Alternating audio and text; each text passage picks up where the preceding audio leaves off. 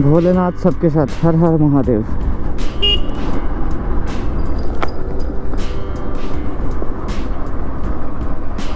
আমার সাথে যাচ্ছে প্রীতম, তাই আমি প্রীতমকে তুলতে এসেছি।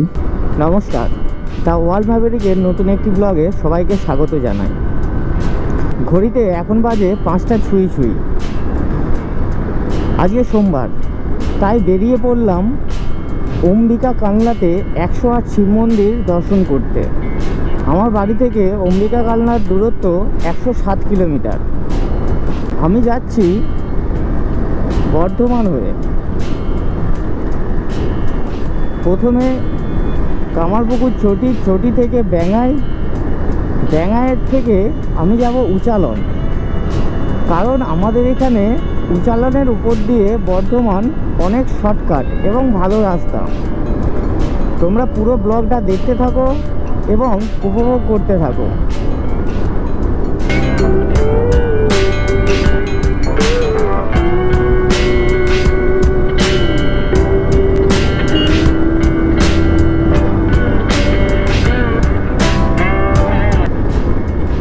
যদি ব্লগটা ভালো লেগে থাকে অবশ্যই বন্ধুদের সাথে শেয়ার করো এবং চ্যানেলে যদি নতুন হও অবশ্যই সাবস্ক্রাইব করে নিও। এখন সূর্যের তাপটাও প্রচণ্ড, যত সকাল করে ওখানে পৌঁছে যাব ততই ভালো, কারণ গরমের মধ্যে রাইড করতে আমার খুব বোরিং লাগে। সামনেই আছে ব্যাঙাই মোড়। ব্যাঙাই মোড় থেকে আমরা যাব সোজা।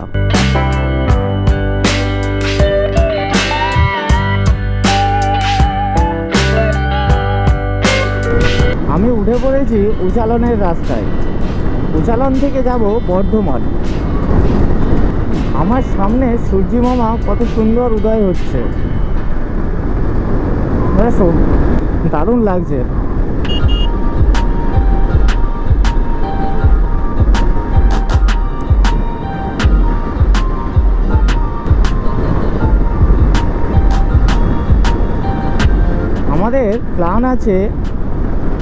আমাদের প্ল্যান আছে বর্ধমানে যে হালকা কিছু টিফিন করা।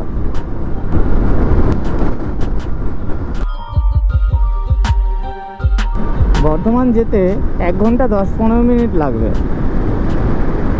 খুব বেশি দূরত্ব না আমাদের এখান থেকে, কিন্তু বর্ধমান রোড কন্ডিশনের ওপর 1 থেকে 1.5 ঘন্টার মতন লেগে যায়। সূর্যটা কত সুন্দর লাগছে।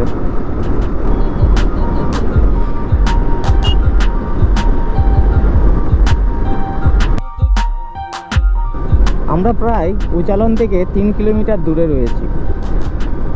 তো সামনে উচালন মোড় পড়বে। উচালন মোড় থেকে আমরা যাব বর্ধমান বাঁ দিক দিয়ে।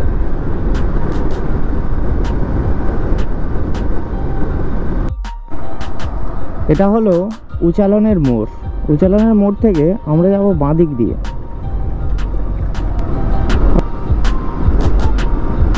তো আমি প্রথম যাব তেলিপুকুর। তেলিপুকুরের মোড় থেকে ডান দিক নেব। এখান থেকে তেলিপুকুরের ডিস্টেন্স হচ্ছে 13 কিলোমিটার, আর এখান থেকে অম্বিকা কালনার দূরত্ব 83 কিলোমিটার।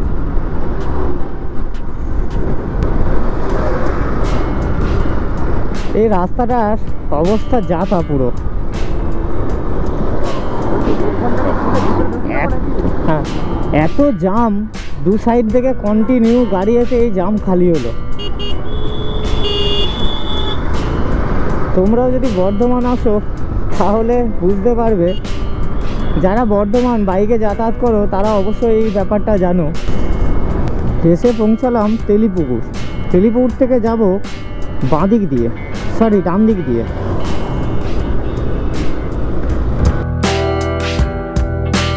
আমার পেছনে এই রাস্তাটা যাচ্ছে দুর্গাপুর, আর সামনে যাচ্ছে কলকাতা। তো আমরা কলকাতা যাব না, আমরা প্রথম যাব মেমারি। আসার সময় আমরা শক্তিগড় দাঁড়াবো, যাওয়ার সময় শক্তিগড়ের ল্যাংচা বাড়ির জন্য নিয়ে যাব, তাই জন্য এখানে আর দাঁড়ালাম না। এখন ঘড়িতে বাজে 6:30, দোকানে প্রচণ্ড ভিড় দেখলাম।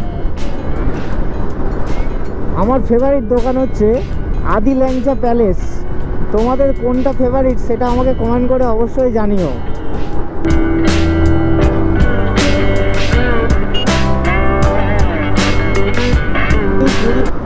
এই NH-19 রাস্তাটা কম বেশি রাইডাররা সবাই জানো।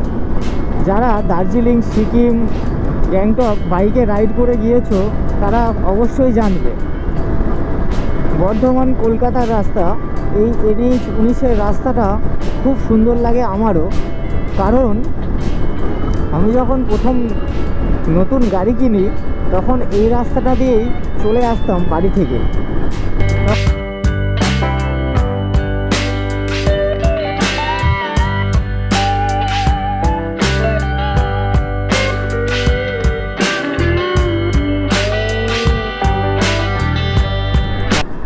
ওই মোড় থেকে প্রায় 2.5 কিলোমিটার রাস্তা পড়বে। আমরা রাস্তা ভুলে গিয়েছিলাম, দিয়ে পাড়ার মাঝখান দিয়ে ঢুকে গিয়েছিলাম শর্টকাটের চক্করে। তো আমার বাঁদিকেই, আমার ডান দিকেই আছে 108 শিব মন্দিরের প্রথম ধাপ। তো আমরা এসে পৌঁছে গিয়েছি আমাদের গন্তব্যে। তো এই দিকটা পেছন দিক, সামনের দিকটা হচ্ছে এই দিকে যেতে হবে। তো এটা হচ্ছে 108 শিব মন্দিরের রাস্তা। তো এখানে পার্কিংও আছে, পার্কিংয়ে গাড়ি রেখে ঢুকতে পারো তোমরাও।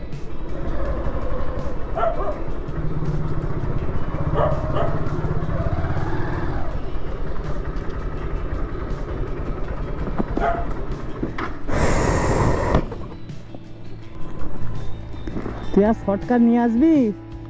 শর্টকাটের চক্করে 10 মিনিট ঘুরতে হলো আমাদেরকে। এটাই হলো অম্বিকা কালনার 108 শিব মন্দির।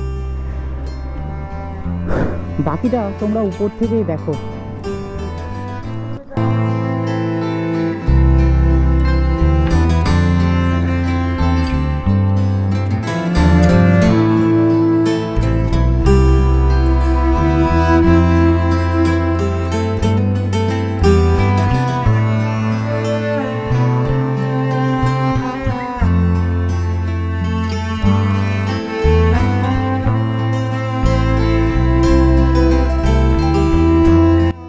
পৃথিবী জুড়ে রয়েছে সুন্দর ও ঐতিহাসিক শিবের মন্দির। ঠিক তেমনই প্রায় 200 বছরের প্রাচীন 108 শিব মন্দির রয়েছে বর্ধমান জেলার অম্বিকা কালনাতে। অম্বিকা কালনার এই পুরানো 108 শিব মন্দির খুব কম মানুষই জানে। 1809 সালে বর্ধমান রাজা তেজ বাহাদুর এই মন্দিরটি নির্মাণ করেন। আপনাদের মনে হয়তো প্রশ্ন আসতে পারে 108টি শিবলিঙ্গের সংখ্যা নিয়ে। 108 হলো হিন্দু পুরাণের একটি আধ্যাত্মিক সংখ্যা, যা জপমালার প্রতিনিধিত্ব করে থাকে। এখানে একটি বৃত্তের মাঝে আরেকটি বৃত্তাকার রূপে মন্দিরগুলি তৈরি করা হয়েছে। বড় বৃত্তের মন্দিরগুলিতে যথাক্রমে কালো এবং সাদা শিবলিঙ্গ রয়েছে, আর অভ্যন্তরের বৃত্তের মন্দিরগুলিতে সব সাদা শিবলিঙ্গ রয়েছে। এই মন্দিরটি নবরত্ন মন্দির নামেও পরিচিত।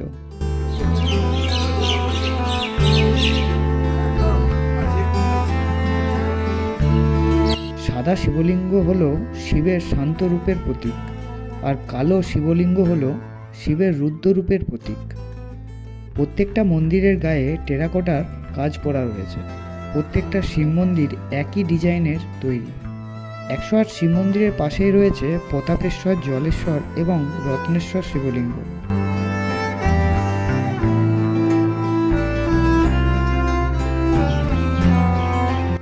শিব মন্দিরের পাশেই রয়েছে 1739 সালের পুরানো লালজি মন্দির এবং রাসমঞ্চ।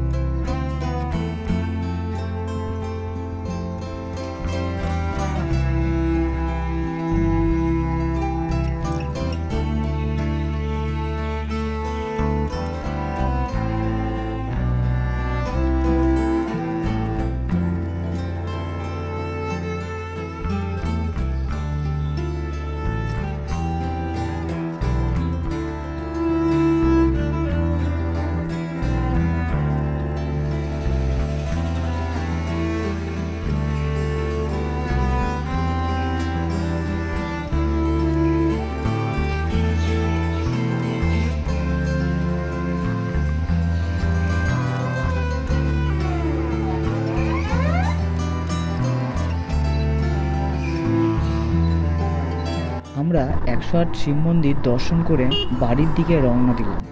ব্লগটা এখানেই শেষ করলাম। সবাই সুস্থ থাকবেন এবং ভালো থাকবেন।